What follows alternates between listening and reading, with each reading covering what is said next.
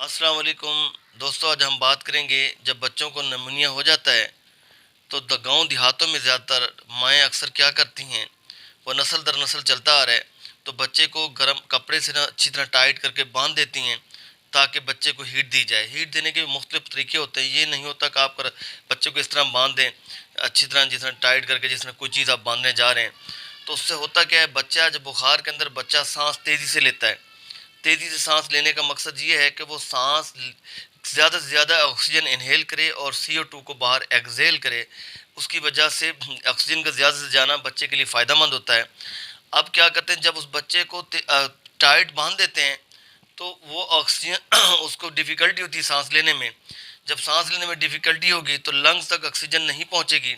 جب لنگز تک آکسیجن نہیں پہنچے گی تو بچے کی مے بی پاسبل اس کی ڈیتھ بھی ہو سکتی ہے۔